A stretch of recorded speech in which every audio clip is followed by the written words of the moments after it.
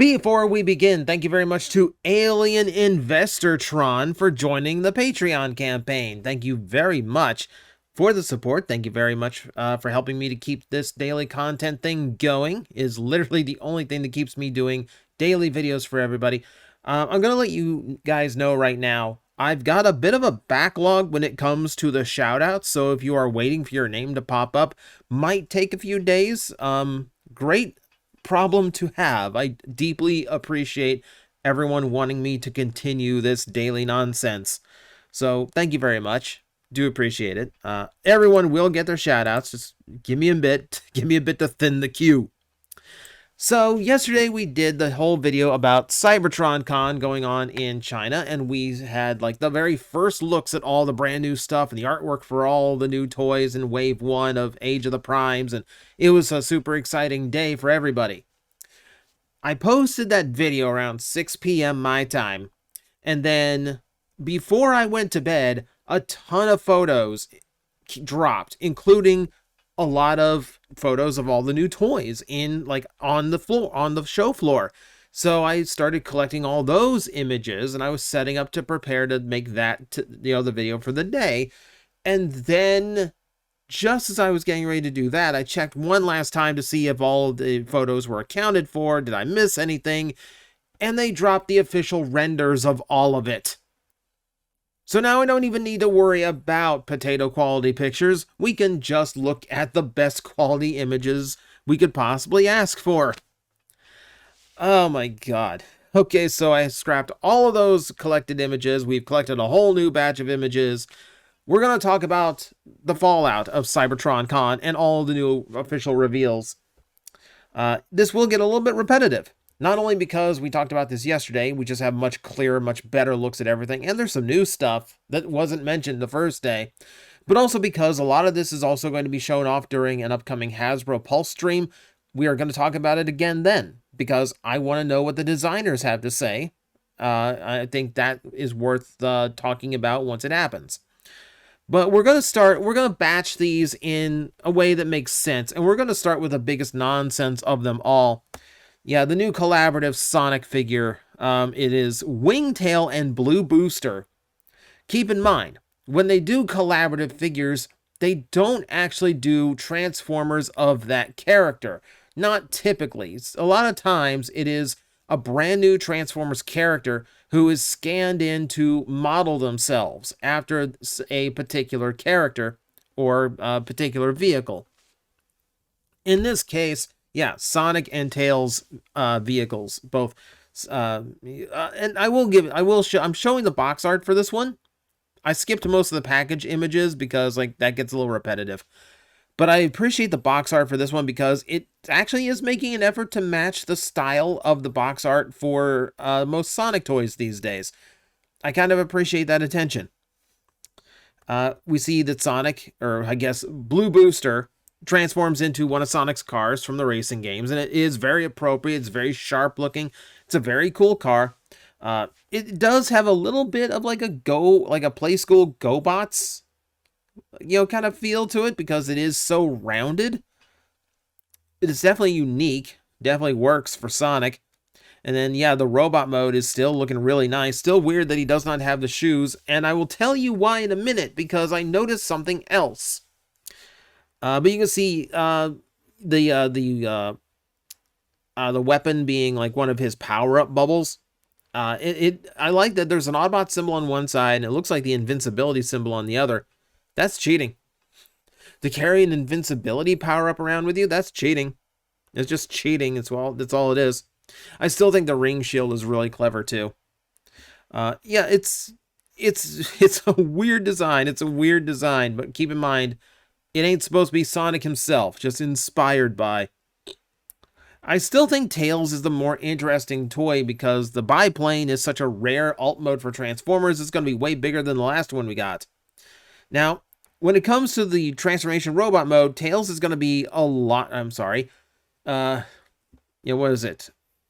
What is it? Tailwing?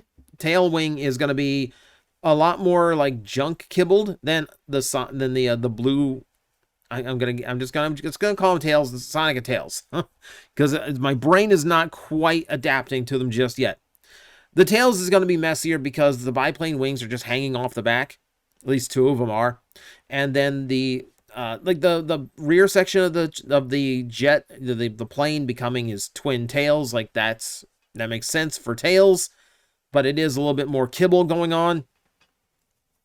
Now here's the weird part that kind of gets on me a little bit. Why does Tails get his sneakers but Sonic does not? Do you notice that now?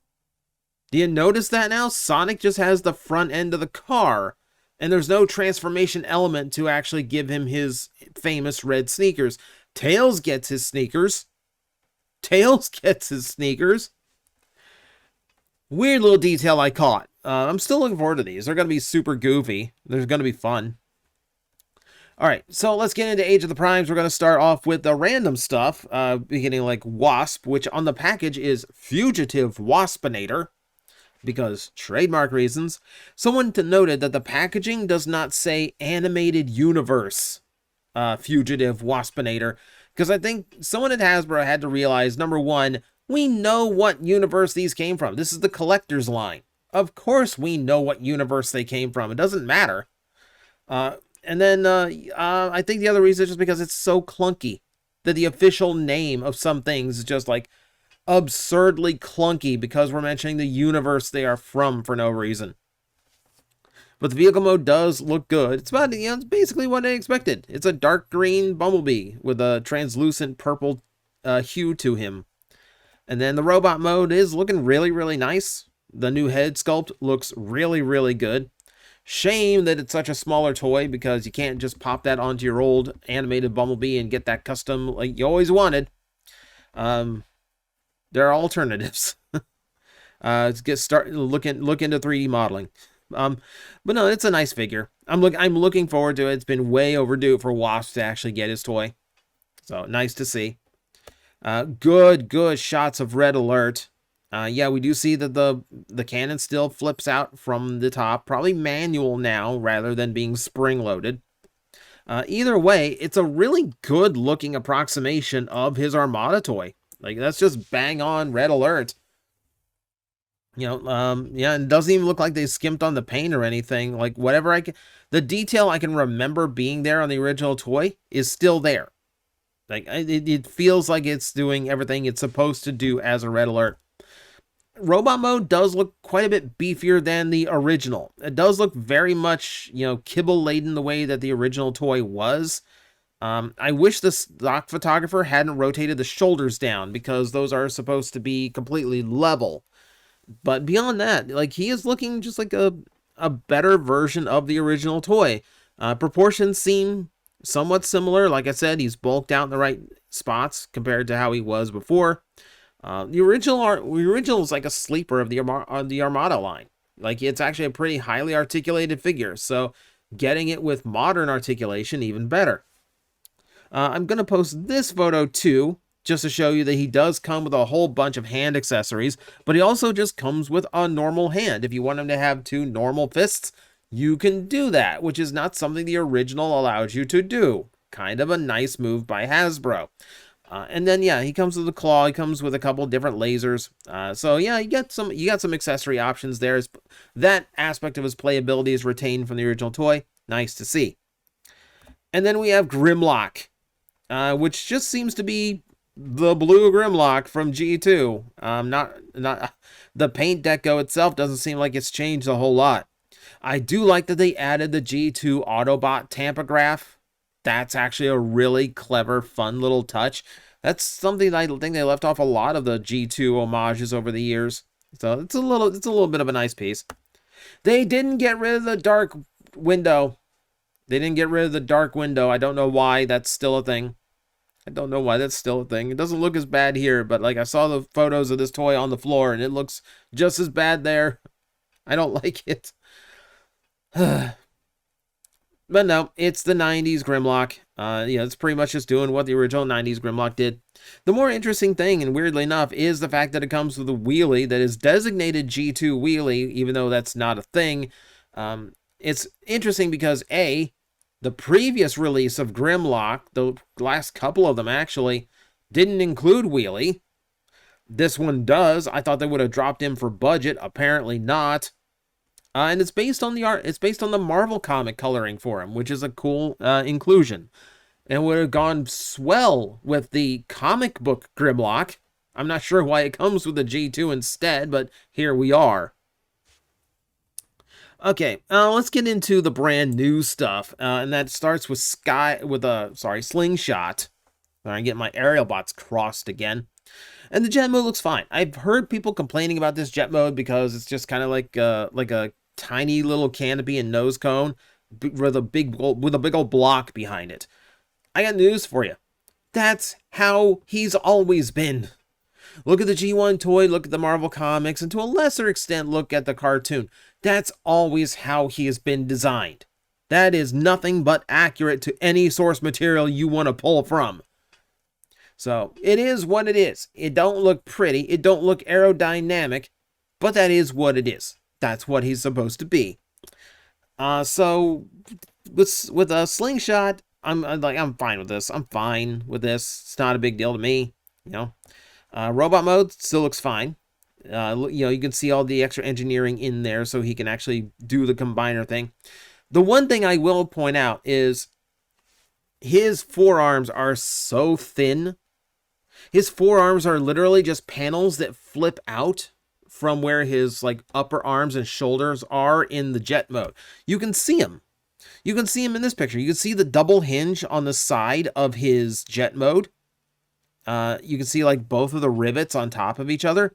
And then if you look just to the right, you're going to see a little dark spot right between the canopy and the rivets. That's the fist hole. That is where his hand is in vehicle mode. Which, number one, does make me curious about how exactly this guy transforms, but also, that's a very, very thin arm, and I don't like that. I don't like that. But now, again, the character has always had thin arms to accommodate the transformation, so, I don't know, sacrifices must be made to make this thing look and work the way it needs to. Still a little bit odd. Air Raid looks like he's far more typical. He has, your standard arms are the sides of the jet and they're hidden under the wings kind of approach to things. Looks nice enough. And then robot mode, yeah, he just kind of looks like an aerial bot. He does not have the proportion issues of his wave mate, which is nice to see. So nothing really to talk about there. It's just, he's just kind of doing the aerial bot thing. No shock. And then there is Silverbolt. Now, when we did this one before, when we talked about this yesterday, I had a few people confused as to what exactly they were doing with Silverbolt. I had people convinced that he was a part former. No, he is not. This is a Voyager-sized version of his standard Concorde vehicle mode, complete with the way he worked in G1, that being his robot mode folded up underneath the wings as a gigantic block of something. But aside from that, yeah, he just looks nice and normal. Now, he, like Motormaster, comes with a big old frame of parts in order to make the combiner, but instead of having a trailer, he has a booster pack. So the whole thing transforms into essentially a gigantic booster unit that fits onto the back of the Concorde mode that actually kind of smoothly keeps the wing shape going. It actually does look like one big sci-fi superjet this way, and I'm kind of down for that. I don't know, it's a really weird and kind of clever idea, and I don't hate it. It gives it something to do in his vehicle mode. I was worried it was going to be, like an airport tower or something. No, this is way better. And then it forms something of a bunker, like a little defensive encampment when it's in robot mode. See, this, I'm happy to see that, the photo we looked at yesterday, it wasn't even potato quality. It was mashed potato quality. It was potato soup quality. I'm happy to see I was absolutely correct just from what I could see from that very limited photo. It's not a bad use of it. And then, yeah, his normal robot mode looks pretty good. That's just kind of spot on Silverbolt. More articulated than his previous attempts, which is always nice to see. Yeah, he just looks like he's going to be a really nice replacement for the Combiner War toy. And then what I originally thought was them showing off the entire Combiner right from the get-go, is actually what they were doing with the Stunticons, showing off how he combines with two of the aerial bots, but just in a way that kind of lets you imagine the rest of it. So we're still down two that are coming later in 2025. But what I was mistaken about is no, the aerial bots do not show through the framework this time. It really does operate exactly like Menasor, where like once you connect him to the back of the leg, it closes up doors that resemble the leg of the combiner, which is a little. I'm still not sure how I like that. I'm sure when we get to the Protectobots and we have to figure out what to do with Groove, that's going to be a really good thing to have. That'll be a good trick when that day comes.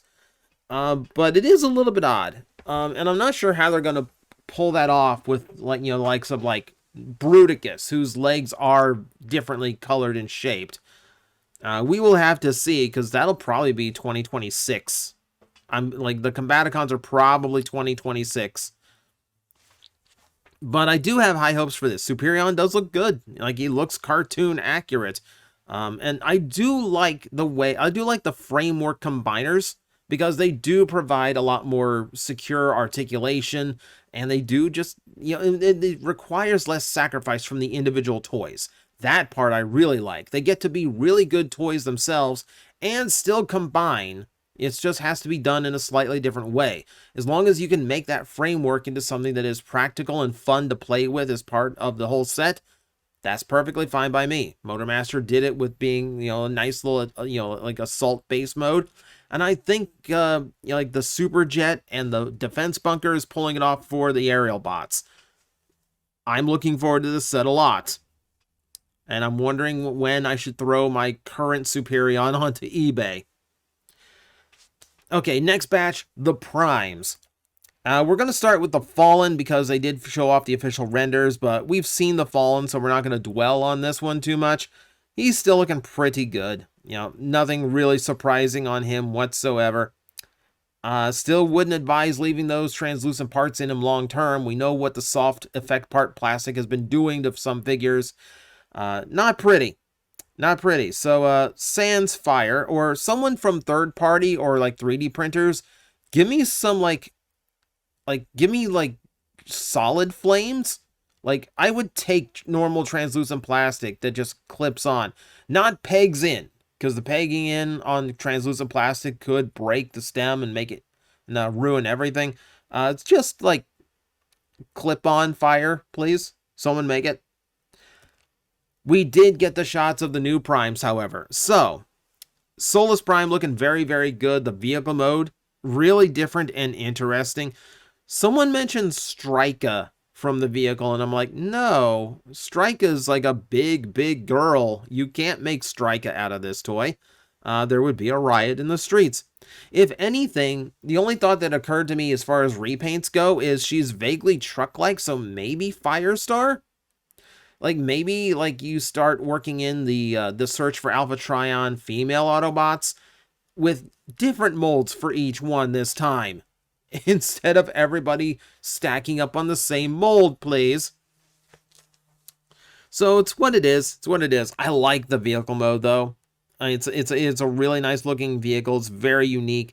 I can see where, like, her thighs are from robot mode, but, like, it's not hampering anything. I think a top-down shot's going to be far more revealing. From this angle, I think it looks fine. We'll see once we get it in hand. The overall robot does look really, really good, though. I like the big, like, front skirt, because it does kind of look like a blacksmith's apron. That's actually a really good design touch. Like I said, big shoulder guards are just kind of a thing for the 13 Primes. She looks good with that. And then the Forge of Solus makes for a really, really nice weapon accessory. Nice to see that she can dual hand it.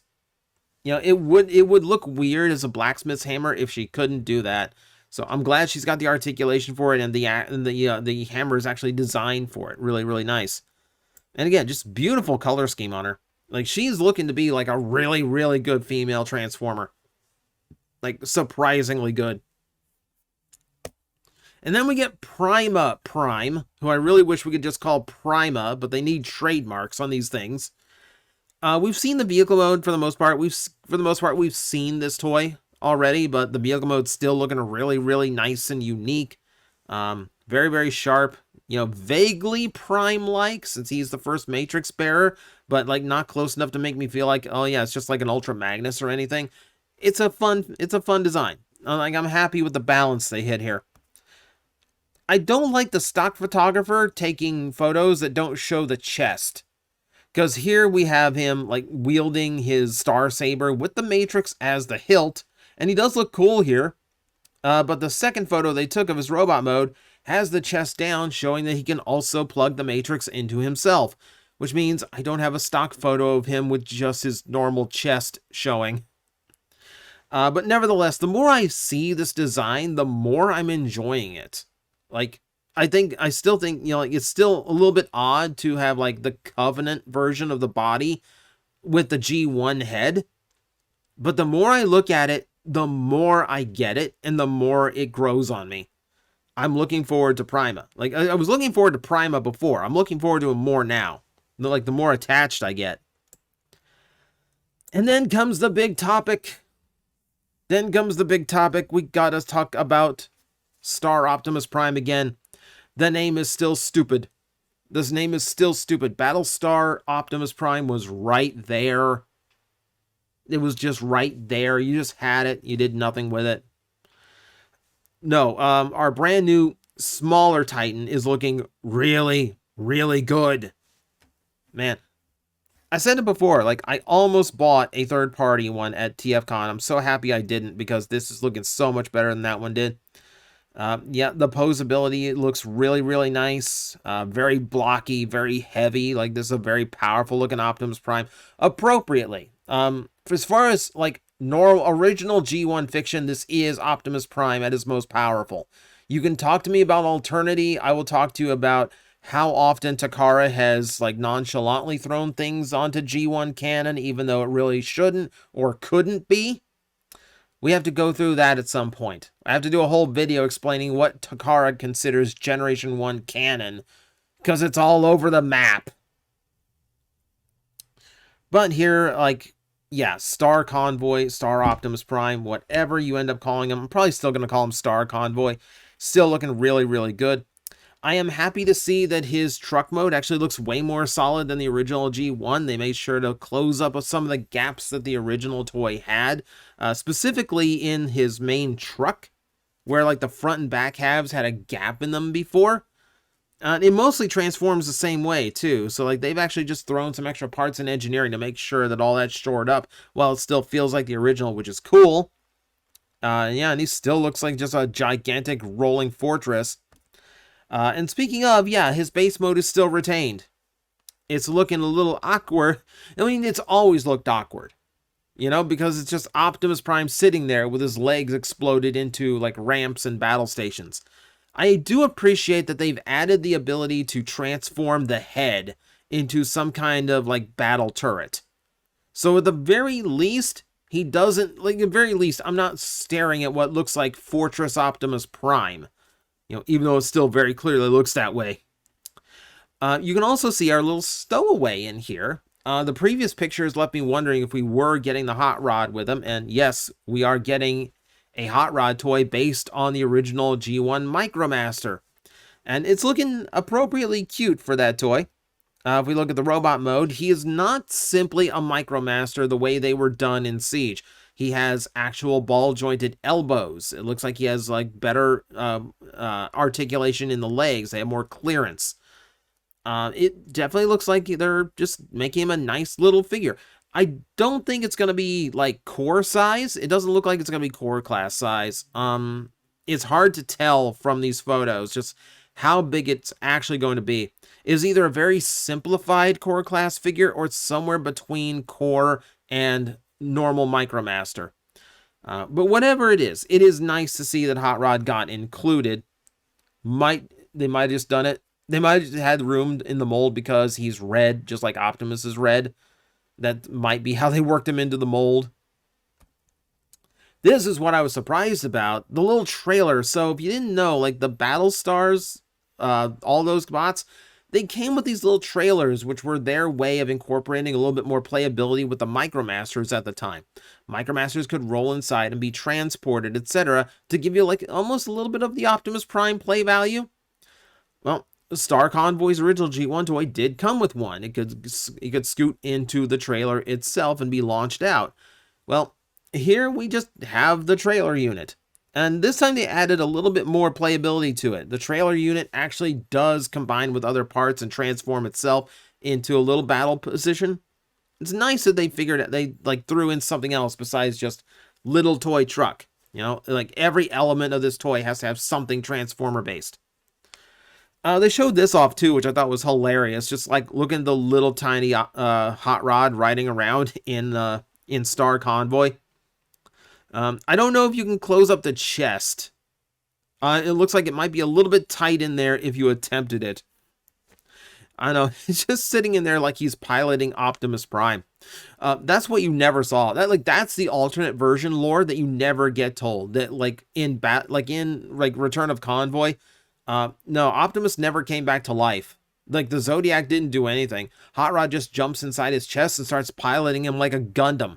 So Optimus Gundam here is actually the one who was battling Super Megatron, battling Dark Nova, and all the time is just Hot Rod at the pilot wheels, just moving the sticks around.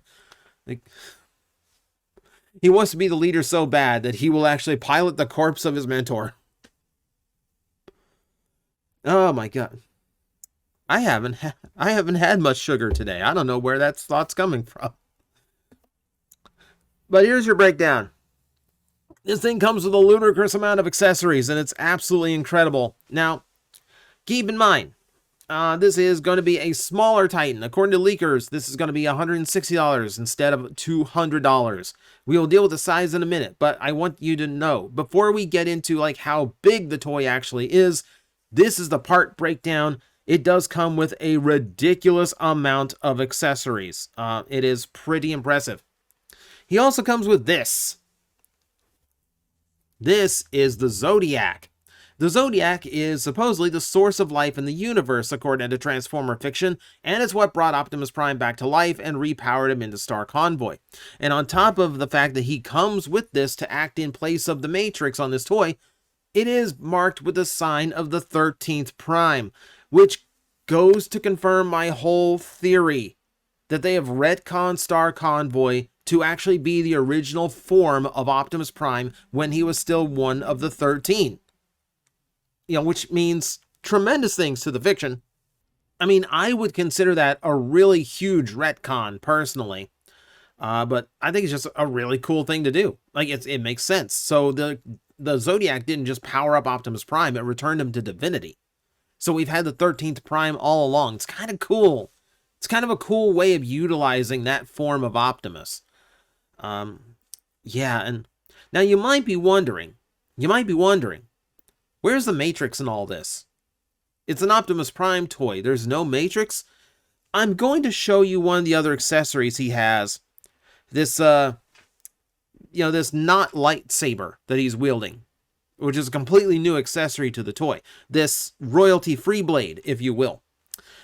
Take a look at the hilt, and you will notice this almost oval shape with flat sides. You will also notice that the emitter of this not lightsaber is round and actually has divisions that make it look like there are 6 segments holding the core in.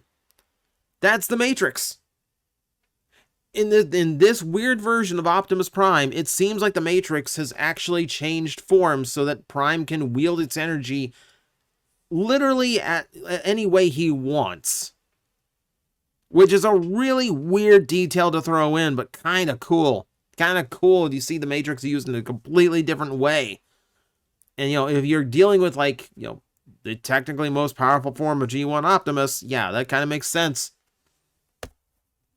I haven't shown the boxes, but the box on this one is super pretty with the other primes in the background, the base mode, the vehicle mode, like the Zodiac just glowing there in the center.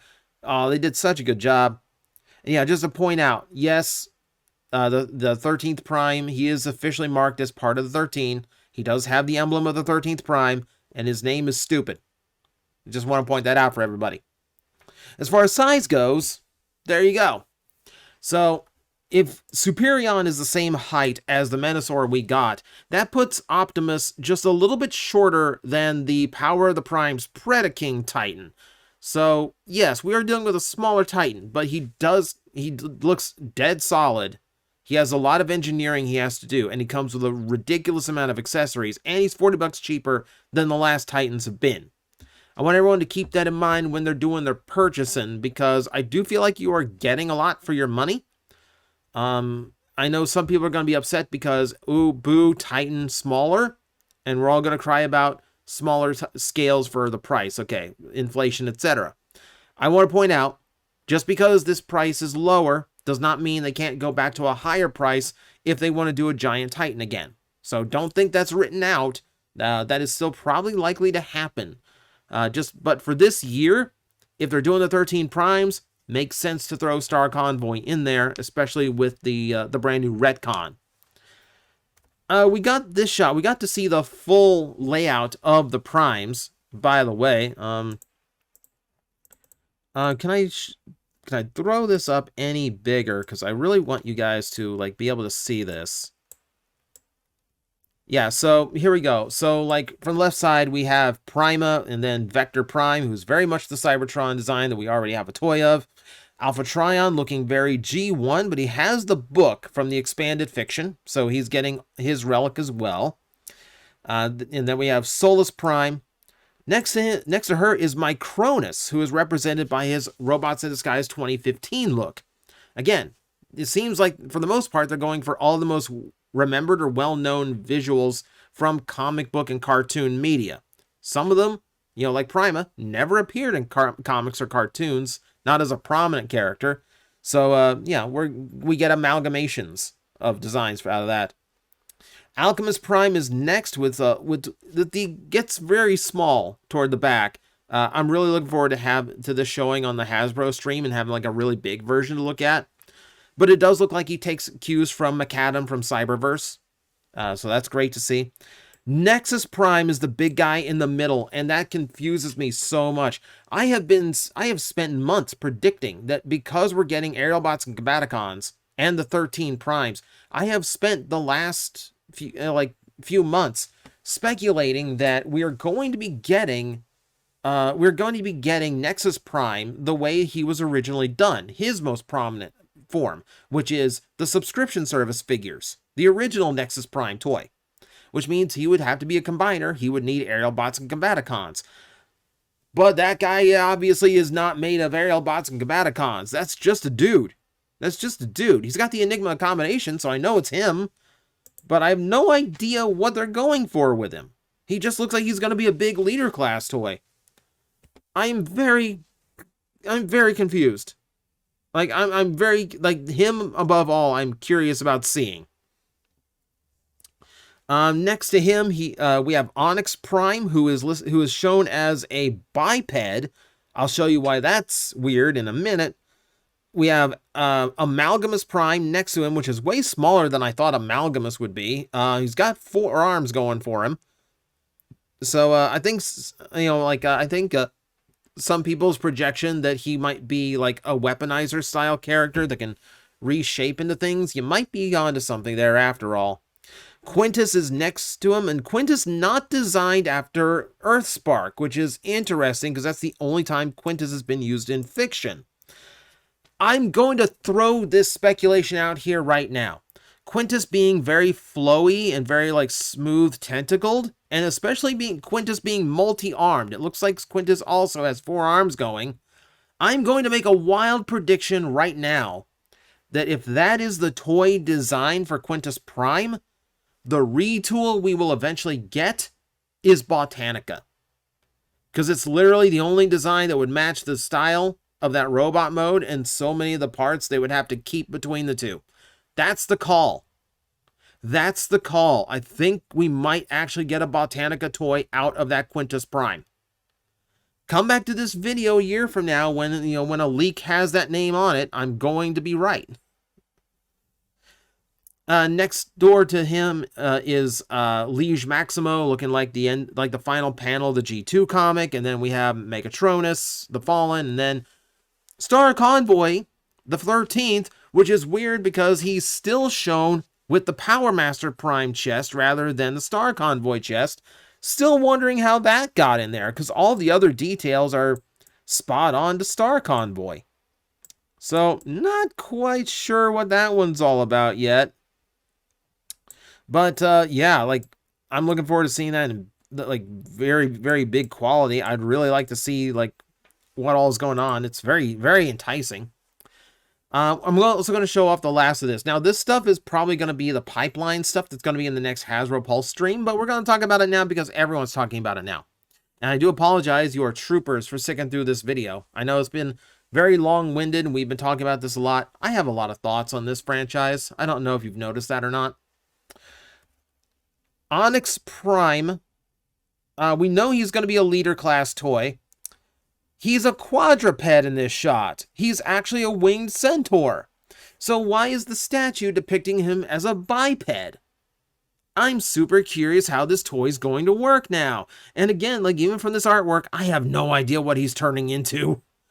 I have no idea what he's turning into. I think my like split, like my duocon theory of like, you know, a land beast and a flying beast, I think that might be out the window.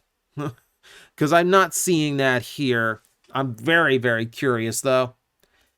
Skybite's artwork was shown off, and he's gorgeous. Like, it's so nice to see that he's just normal Skybite. They didn't redesign or reimagine him in any way.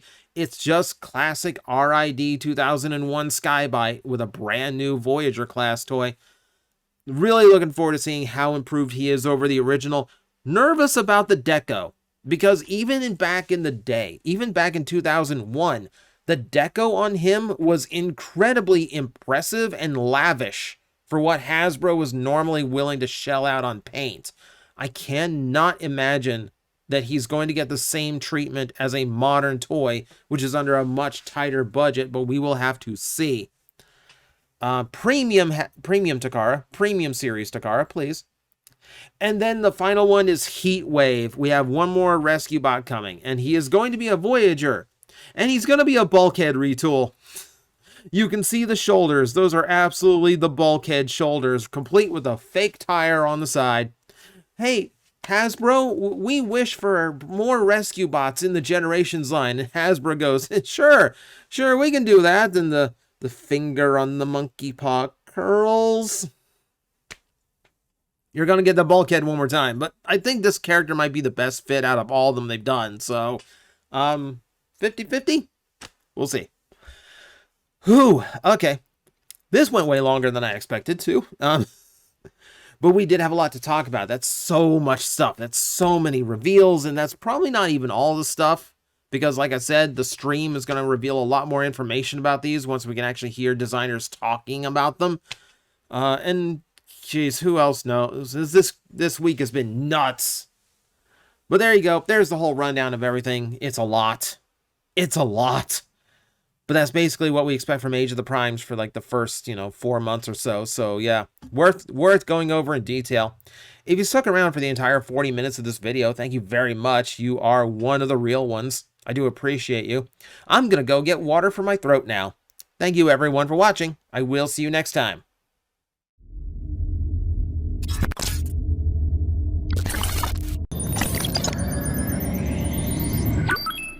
Analysis complete. Adapting translators to local language. Are you out there?